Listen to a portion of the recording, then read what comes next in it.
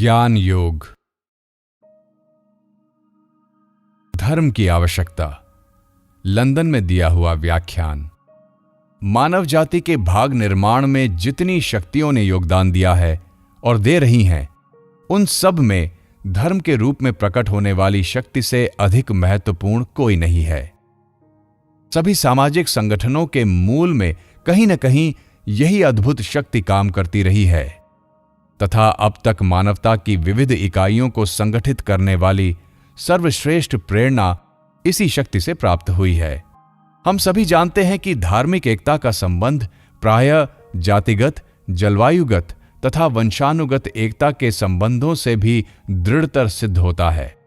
ये एक सर्वविदित तथ्य है कि एक ईश्वर को पूजने वाले तथा एक धर्म में विश्वास करने वाले लोग जिस दृढ़ता और शक्ति से एक दूसरे का साथ देते हैं, वो एक ही वंश के लोगों की तो बात क्या, भाई भाई में भी देखने को नहीं मिलता। धर्म के प्रादुर्भाव को समझने के लिए अनेक प्रयास किए गए हैं।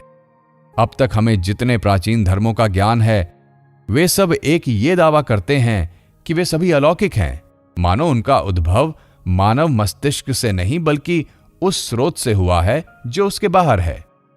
आधुनिक विद्वान दो सिद्धांतों के बारे में कुछ अंश तक सहमत हैं। एक है धर्म का आत्ममूलक सिद्धांत और दूसरा असीम की धारणा का विकास मूलक सिद्धांत। पहले सिद्धांत के अनुसार पूर्वजों की पूजा से ही धार्मिक भावना का विकास हुआ। दूसरे के अनुसार प्राकृतिक शक्तियों को व्यक्तिगत स्वरूप देने से धर्म प्रारंभ हुआ। मनुष्य अपने दिवंगत संबंधियों की स्मृति सजीव रखना चाहता है और सोचता है कि यद्यपि उनके शरीर नष्ट हो चुके हैं, फिर भी वे जीवित हैं। इसी विश्वास पर वो उनके लिए खाद्य पदार्थ रखना तथा एक अर्थ में उनकी पूजा करना चाहता है। मनुष्य की इसी भावना से धर्म का विकास हुआ। मिस्र, बेबीलोन, चीन, अमेरिका आदि के प्राचीन धर्मों के अध्ययन से स्पष्ट पता चलता है कि पितृ पूजा से ही धर्म का आविर्भाव हुआ है। प्राचीन मिस्र वासियों की आत्मा संबंधी धारणा द्वित्व मूलक थी। उनका विश्वास था कि प्रत्येक मानव शरीर के भीतर एक और जीव रहता है जो शरीर के रूप में ही समरूप होता है और मनुष्य के मर जाने पर भी उसका ये प्रतिरूप शरीर जीवित रहता है। किंतु ये प्रतिरूप शरीर तभी तक जीवित रहता है जब तक मृत शरीर सुरक्षित रहता है।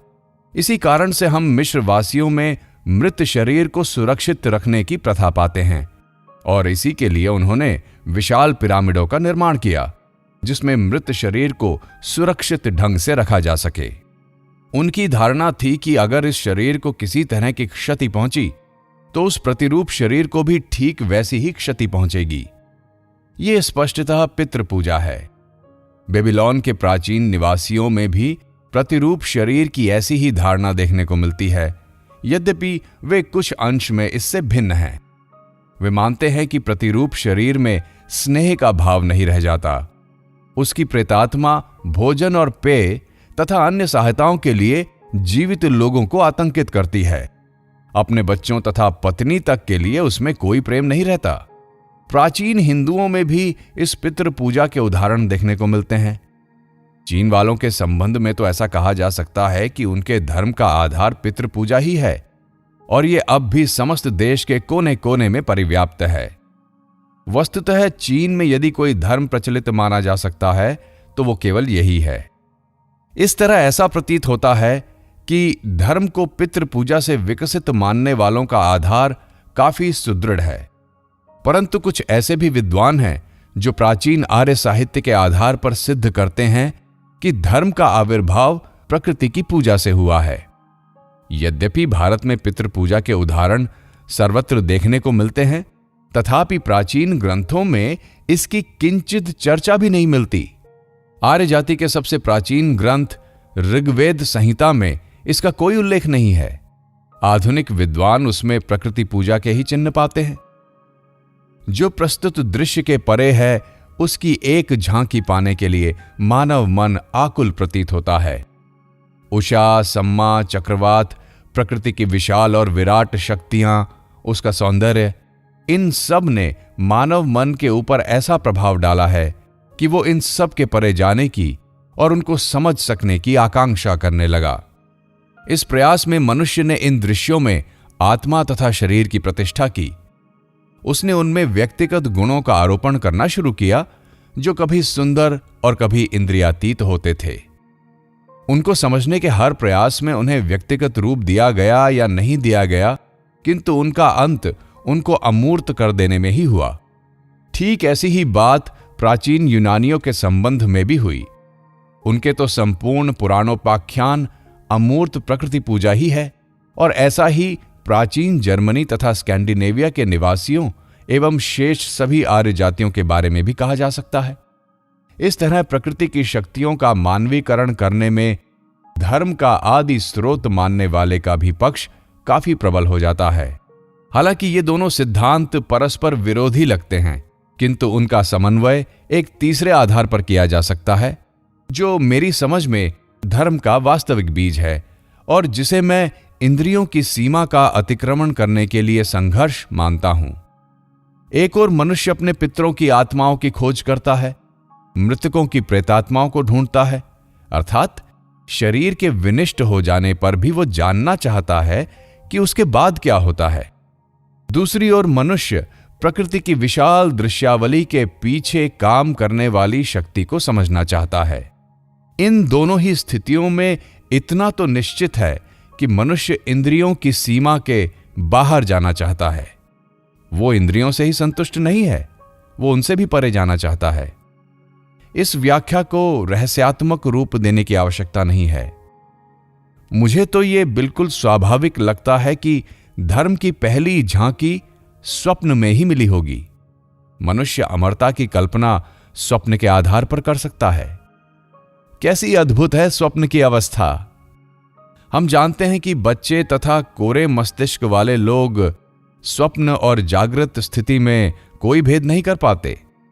उनके लिए साधारण तर्क के रूप में इससे अधिक और स्वाभाविक हो क्या सकता है कि स्वभावस्था में भी जब शरीर प्रायः मृत सा हो जाता है, तब भी मन के सारे जटिल क्रियाकलाप चलते रहते हैं।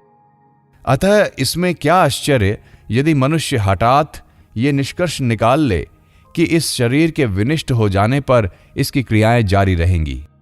मेरे विचार से अलौकिकता की इससे अधिक स्वाभाविक व्याख्या और कोई नहीं हो सकती, और स्वप्न पर आधारित इस धारणा को क्रमशः विकसित करता हुआ ऊंचे से ऊंचे विचारों तक पहुंच सका होगा।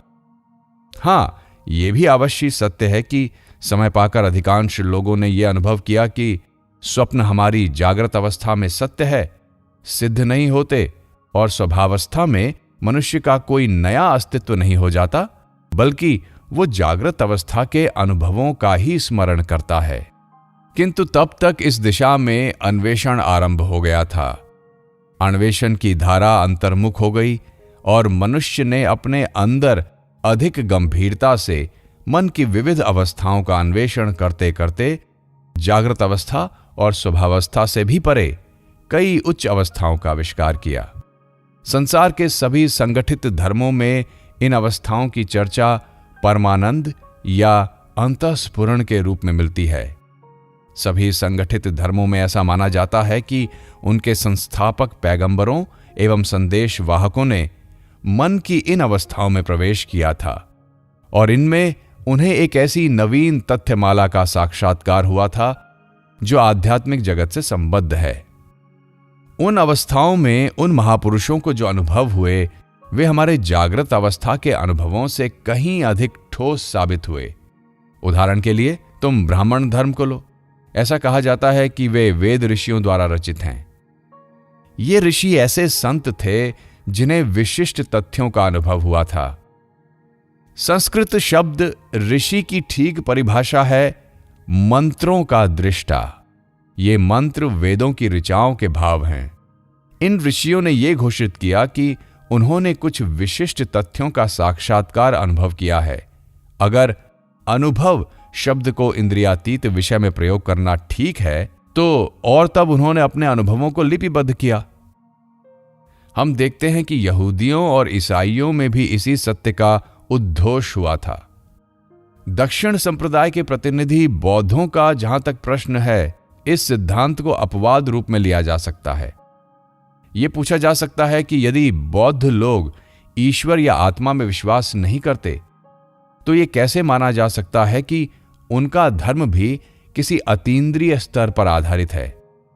इसका उत्तर यह है कि बौद्ध लोग भी एक शाश्वत नैतिक नियम धर्म में विश्वास करते हैं, और उस धर्म का ज्ञान सामान्य तर्कों के आधार पर नहीं हुआ था, बल्कि बुद्ध ने अतीन्द्रिय अवस्था में इसका आविष्कार किया था। तुम लोगों में से जिन्होंने बुद्ध के जीवन चरित्र का अध्ययन किया है, चाहे वो एशिया की ज्योति, द लाइट ऑफ एशिया जैसी ललित कविता के माध्यम से संक्षिप्त रूप में ही क्यों ना हो, उन्हें याद होगा कि बुद्ध को अश्वत्थ वृक्ष के तले बैठा हुआ दिखाया गया है, जहां उन्हें निर्विकल्प अवस्था की प्राप्ति हुई है। उनके सारे उपदेश इस अवस्था से ही प्रादुर्भूत हुए हैं, न कि बौद्धिक चिंतन से। इस प्रकार सभी धर्मों ने ये एक अत्यंत महत्वपूर्ण सिद्धांत प्रतिपादित किया कि मनुष्य का मन कुछ खास क्षणों में इंद्रियों की सीमाओं के ही नहीं, बल्कि बुद्धि की शक्ति के भी परे पहुंच जाता है। इस अवस्था में वो उन तथ्यों का साक्षात्कार करता है जिनका ज्ञान न कभी इंद्रियों से हो सकता था और न चिंतन से ही। ये तथ्य ही संसार के सभी धर्मों के आधार हैं।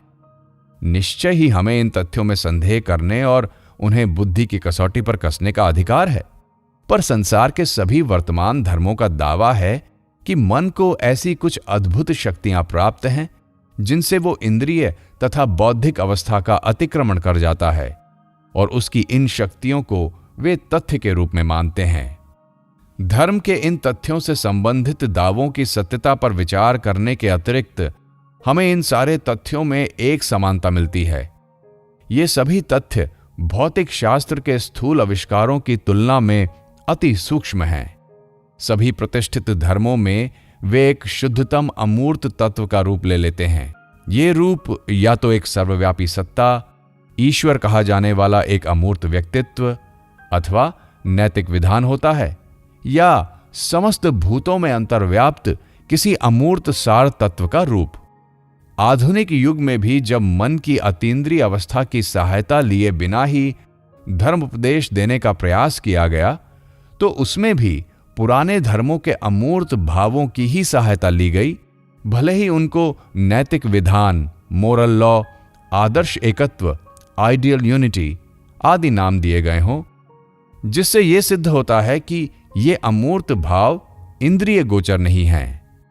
हम में से किसी ने कभी एक आदर्श मानव, आइडियल ह्यूमन बीइंग को देखा नहीं है, फिर भी हमसे कहा जाता है कि उसकी सत्ता पर विश्वास करो। हम में से किसी ने आदर्शतः पूर्ण मानव को देखा नहीं, फिर भी उस आदर्श में विश्वास किए बिना हम आगे नहीं बढ़ सकते। इसी तरह इन सभी धर्मों का निर्णय यह है कि एक आदर्श अमूर्त सत्ता है, जो हमारे सम्मुख एक व्यक्त अथवा अव्यक्त सत्ता, किसी विधान या सत्य या सार तत्व के रूप में प्रस्तुत किया जाता है।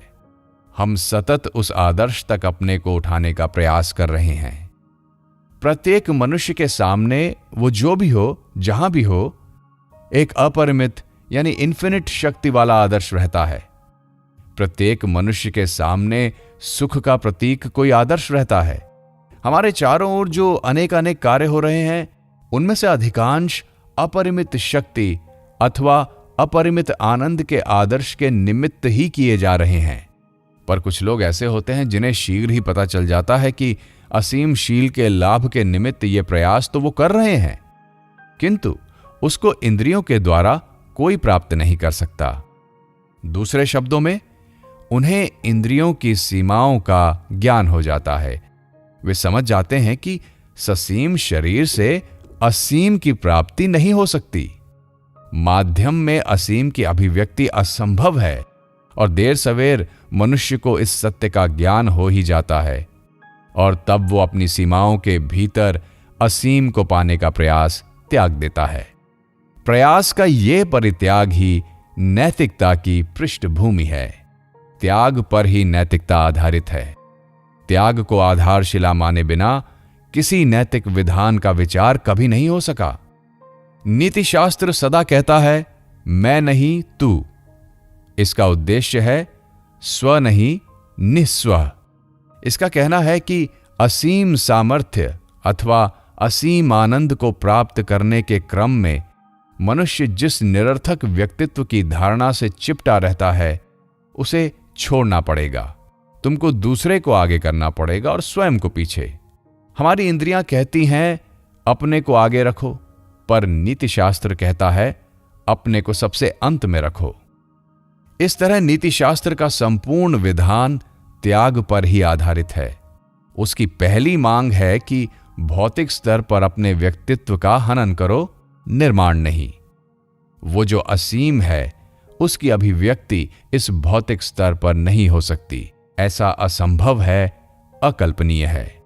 इसीलिए मनुष्य को असीम की गहनतर अभिव्यक्ति की प्राप्ति के लिए भौतिक स्तर को छोड़कर क्रमशः ऊपर अन्य स्तरों में जाना होगा। इस प्रकार विविध नैतिक नियमों की संरचना होती है, किंतु सभी का केंद्रीय भूत आदर्श ये आत्मत्याग ही है। अहंता का पूर्ण उच्छेदन ही नीतिशास्त्र का आदर्श है। लोग आश्चर्यचकित रह जाते हैं यदि उनसे अहंता, व्यक्तित्व की चिंता ना करने के लिए कहा जाता है। जिसे वे अपना व्यक्तित्व कहते हैं, उसके विनिष्ट हो जाने के प्रति अत्यंत भयभीत हो जाते हैं। पर साथ ही ऐसे भी लोग नीतिशास्त्र के उच्चतम आदर्शों को सत्य घोषित करते हैं। वे क्षण भर के लिए भी ये नहीं सोचते कि नैतिकता का समग्र क्षेत्र ध्येय और विषय व्यक्ति का उच्छेदन है, न कि उसका निर्माण। उपयोगितावाद मनुष्य के नैतिक संबंधों की व्याख्या नहीं कर सकता, क्योंकि पहली बात तो यह है कि उपयोगिता के आधार पर हम किसी भी नैतिक नियम पर नहीं पहुंच सकते। कोई भी नीतिशास्त्र तब तक नहीं टिक सकता जब तक उसके नियमों का आधार अलौकिकता ना हो, या जैसा मैं कहना ठीक समझता हूं, जब तक उसके नियम अतीन्द्रिय ज्ञान पर आधारित ना हो। असीम के प्रति संग्राम के बिना कोई आदर्श नहीं हो सकता। ऐसा कोई भी सिद्धांत नैतिक नियमों की व्याख्या नहीं कर सकता जो मनुष्य को सामाजिक स्तर तक ही सीमित रखना चाहता है। उपयोगितावादी हमसे असीम अतीन्द्रिय गंतव्य स्थल के प्रति संग्राम का त्याग चाहते हैं, क्योंकि अतीन्द्रियता अव्यवहारिक है, निरर्थक है। पर साथ ही वो ये भी कहते हैं कि नैतिक नियमों का पालन करो, समाज का कल्याण करो। आखिर हम क्यों किसी का कल्याण करें? भलाई करने की बात तो गौण है, यानी सेकेंडरी है। प्रधान तो है एक आदर्श। नीतिशास्त्र स्वयं साध्य नहीं है, परंतु साध्य को पाने का साधन है। यदि उद्देश्य नहीं है तो हम क्यों नैतिक बने? हम क्यों दूसरों की भलाई करें? क्यों हम लोगों को सताएं नहीं? अगर आनंद ही मानव जीवन का चरम उद्देश्य है, तो क्यों ना मैं दूसरों को कष्ट पहुंचाकर भी स्वयं सुखी रहूं? ऐसा करने से मुझे कौन रोकता है? दूसरी बात यह है कि उपयोगिता का आधार अत्यंत संकीर्ण है।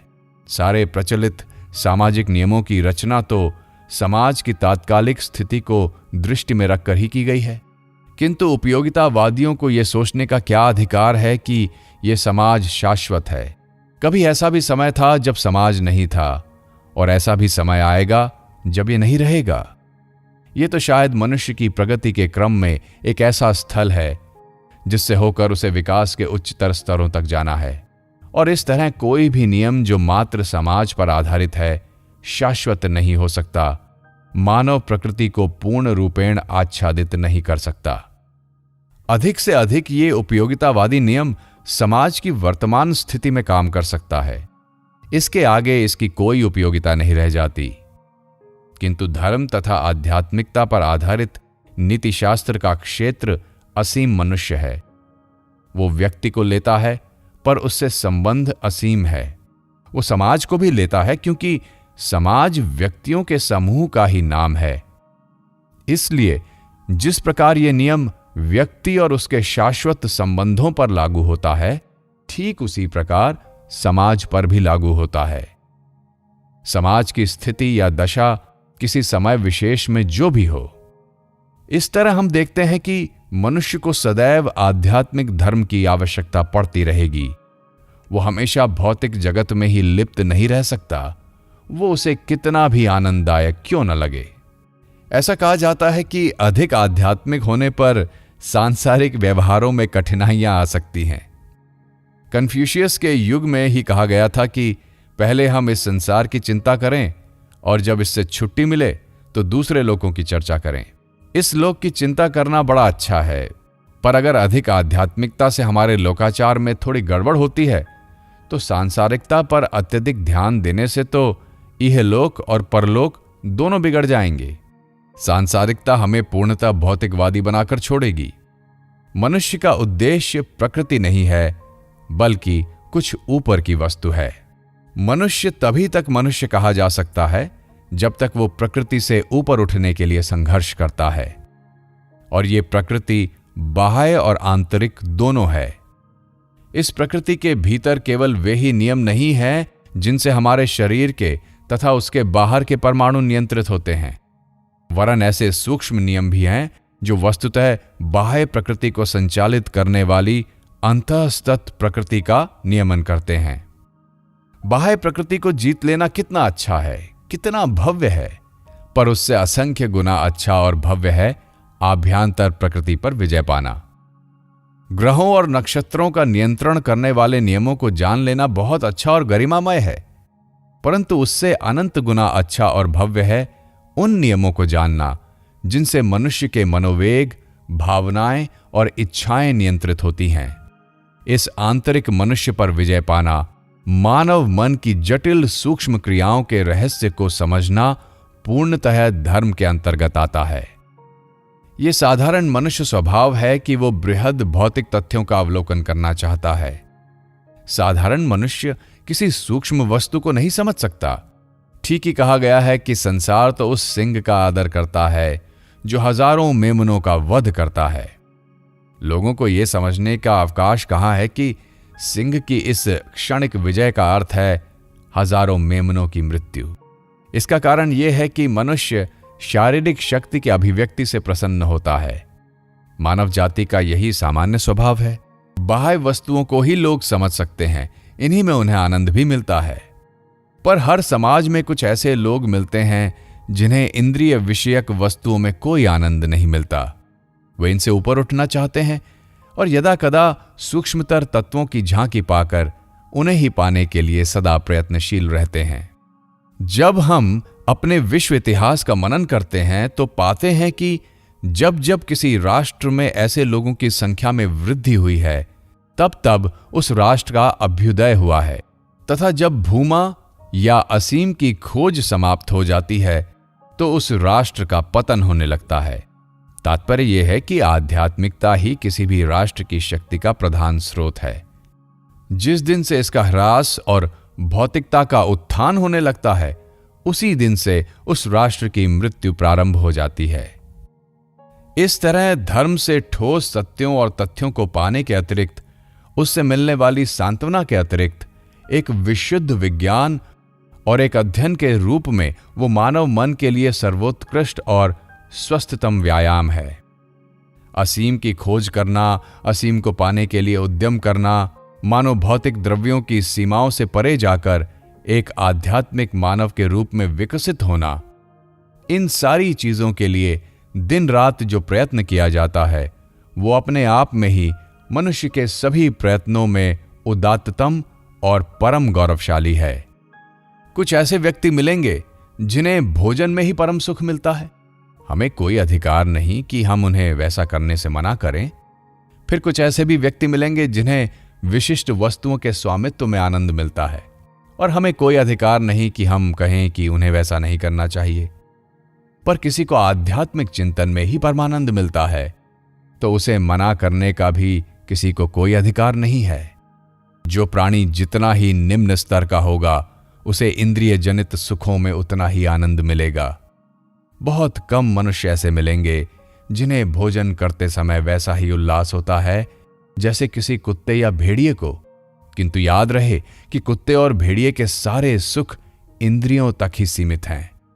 निम्न कोटि के मनुष्यों को इंद्रिय जनित सुखों में ही आनंद मिलता है, किंतु जो लोग सुसंस्कृत एवं सुशिक्षित हैं, उन्हें चिंतन, दर्शन, कला और विज्ञान में आनंद मिलता है।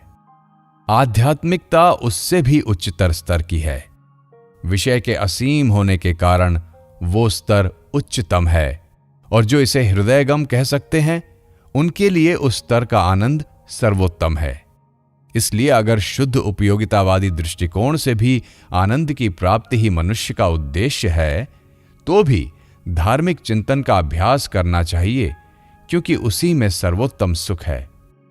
इसलिए मुझे तो ऐसा लगता है कि एक अध्ययन के रूप में भी धर्म अत्यंत आवश्यक है। अब हम इसके परिणामों पर विचार करें। मानव मन के लिए यह सबसे बड़ी प्रेरक शक्ति है। जितनी शक्ति हम में आध्यात्मिक आदर्शों पर चलने से आती है, उतनी और किसी से नहीं। जहां तक मानव इतिहास का प्रश्न है, हम लोगों के लिए सुस्पष्ट है कि बात ऐसी ही रही है और धर्म की शक्तियां मृत नहीं हैं। मैं ये नहीं कहता कि केवल उपयोगितावादी आधार पर मनुष्य नैतिक और अच्छा नहीं हो सकता। केवल उपयोगिता के स्तर पर भी पूर्णतः स्वस्थ, नैतिक और अच्छे महान पुरुष इस संसार में हुए हैं। किंतु वैसे संसार को हिला देने वाले लोग, जो मानव विश्व में एक महान चुंबकीय आकर्षण ला देते हैं, जिनकी आत्मा सैकड़ों और हजारों में कार्यशील है, जिनका जीवन आध्यात्मिक अग्नि से दूसरों को प्रज्वलित कर देता है, सदा आध्यात्मिकता की पृष्ठभूमि से ही आविर्भूत होते हैं। उनकी प्रेरक शक्ति का स्रोत सदा ही धर्म रहा है। जो असीम शक्ति प्रत्येक मनुष्य का स्वभाव तथा जन्म सिद्ध अधिकार है, उसके साक्षात के लिए धर्म सर्वश्रेष्ठ प्रेरक शक्ति है।